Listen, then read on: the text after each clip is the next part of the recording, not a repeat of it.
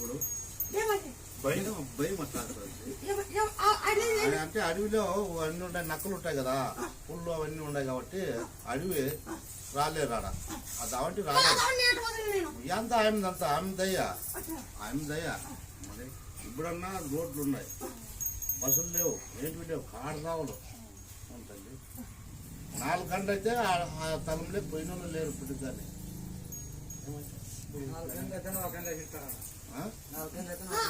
3 గంటలు నన్ను నమ్మినోడు నా ఇక్కడ చెప్పిన అది గౌండ్కి వెళ్ళిపోతాను, నేను సిక్కును బయటకు పోతాను, బయట చేసుకున్నాను, బయటకు వచ్చి చేసుకున్నాను.